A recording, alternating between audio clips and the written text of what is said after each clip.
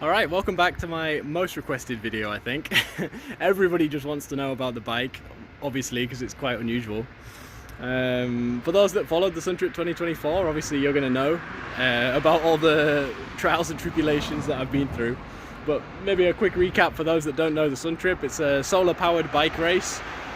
This year, 2024, was from Lyon in France, down all the way down to the Sahara Desert in Morocco and back again. And this is the bike that I built to carry me on the trip. I'm going to try and go through everything. I'm going to try not to forget anything, but I'm sure I will. I guess we can start at the top. First off, we have the solar panel itself. I'll flip the camera. So the panel is a 310 watt semi-flexible panel. You can see the thickness of it. It's better than panels I've had in the past, which were, I guess you could say, more flexible. This is just very slightly flexible, but it has good rigidity. I'm quite happy with it.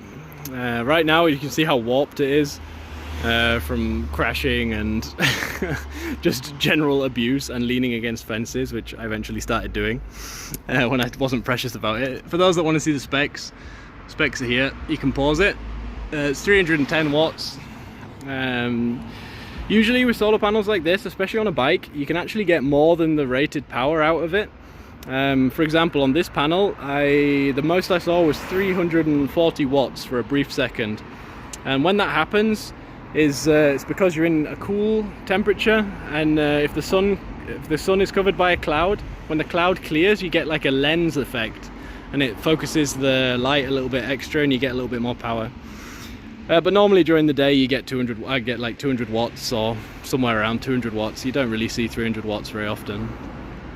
The Sun Trip's interesting because it's kind of a way to test different types of panels. This for sure is not the most efficient type of cell. The more efficient type of cells is the ones made by SunPower. I think they're like 24% efficient or something. But this is pretty good, especially for the price. This was around 100 euros, so it's very entry level, and for the price it's absolutely amazing. We'll move down, I suppose, it makes sense. You can see the tilting system. It's kind of absolutely destroyed from the crash I had with Jean-Marc. A lot of this stuff is bent and distorted, and yeah, you can see what's left of the original cables that's been replaced with this Dyneema that Jean-Marc gave to me. It's kind of a last minute repair. So the way the system works, this is a central bearing that everything rotates around. Down at the bottom, again, it was mostly very destroyed by the crash. Here you have a splitter of a cable, and you have these two pins. The pins, when everything is working correctly, you can see on that side, they go into the holes on the sprocket. The sprocket drives the chain, and then you can use that to twist.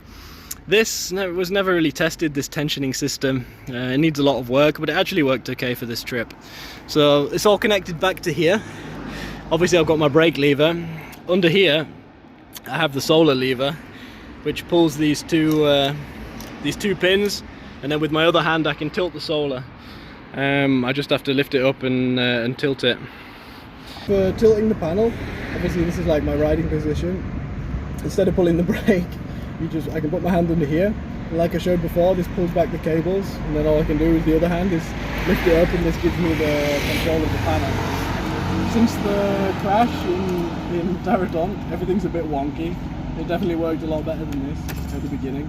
You can see at the beginning at the front I'm kind of limited to my angle now, so you know, and there's also a lot of slop which I didn't have at the beginning, so yeah, I'm really happy with the roof. It's very lightweight. This is like glass fiber reinforced plastic.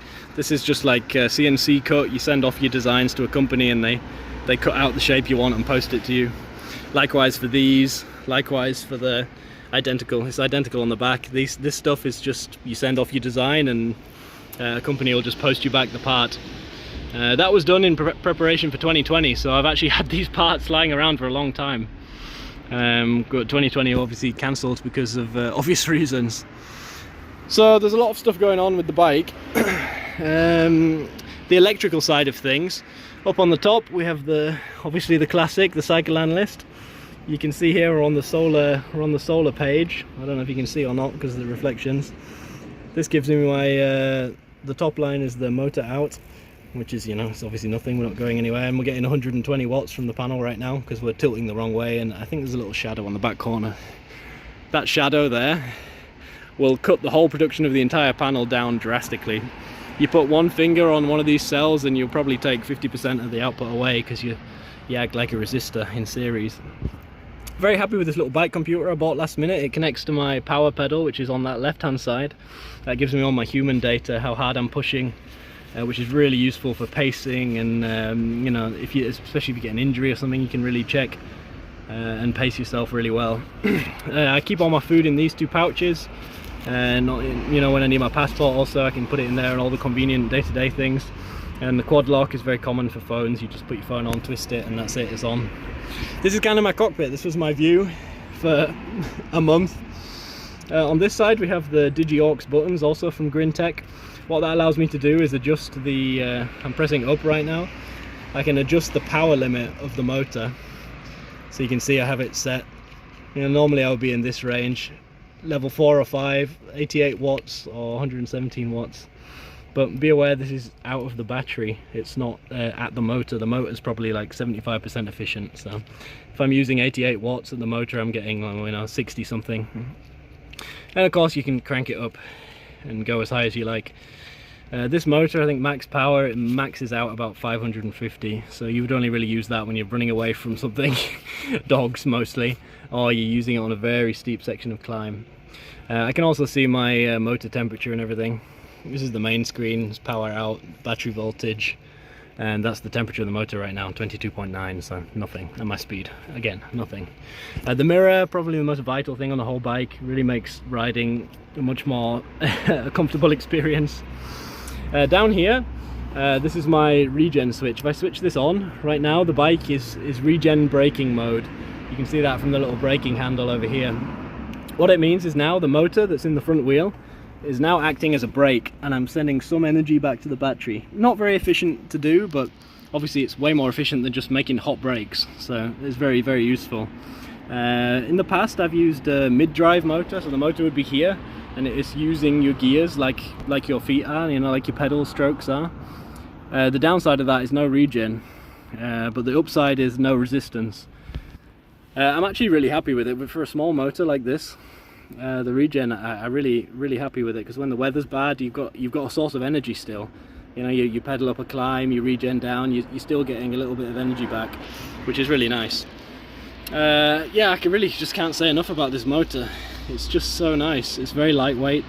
I think in the future I would probably prefer the Grin all-axle motor, because I was very limited in choice of forks, and that's the reason I've got these hydraulic rim brakes, because the clearance for the disc brake, even though I have the mounts, it's just not enough. It's going to rub. You can see my famous missing spoke. This was actually lost, well, not lost, but broken from something entering the wheel. It's not from, you know, the hitting a pothole or something like that. A stick or something has entered the wheel, and the spoke was bent and snapped, and then I removed it. I should have covered that hole. That's bad practice, because in the rain you don't really want water going in there, but too late now. We made it. This was also the second tyre that I put on. I don't like this tyre at all. It's very durable. It's a Schwalbe for like a cargo bike. This is a 20-inch wheel, so the choice of tyres is very limited, which I'm not a fan of. I would much prefer to have either a 26-inch, even then I'd rather have a 700C, which is the normal road bike wheels. There's my little label. I kind of forgot that was there, to be honest.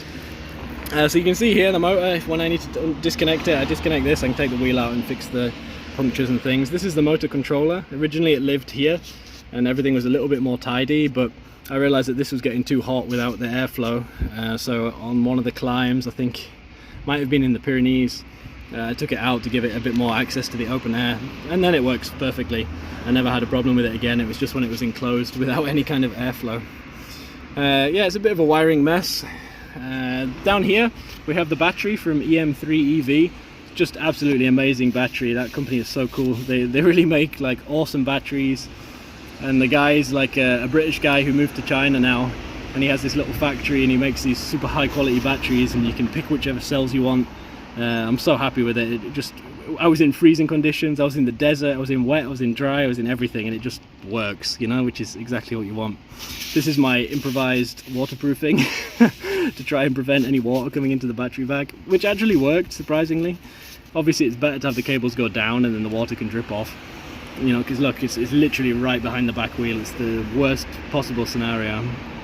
But remember, this is a race, you know. Obviously having a mud guard is better, but that slows me down when I have to fix the puncture, and it's also just constant air drag, and it's more weight, you know, it's just more stuff to have, and I was trying to keep minimum stuff on the bike as possible. Yeah, more cabling mess, got my water, everyday water. We can move to the back. So on these Azub bikes, this is the Azub 6, I've got 26-inch wheel and a 20-inch wheel. They're really nice design. They have these like movable idlers, so the chain line keeps fairly constant, which is really nice. I've got this air suspension on the back.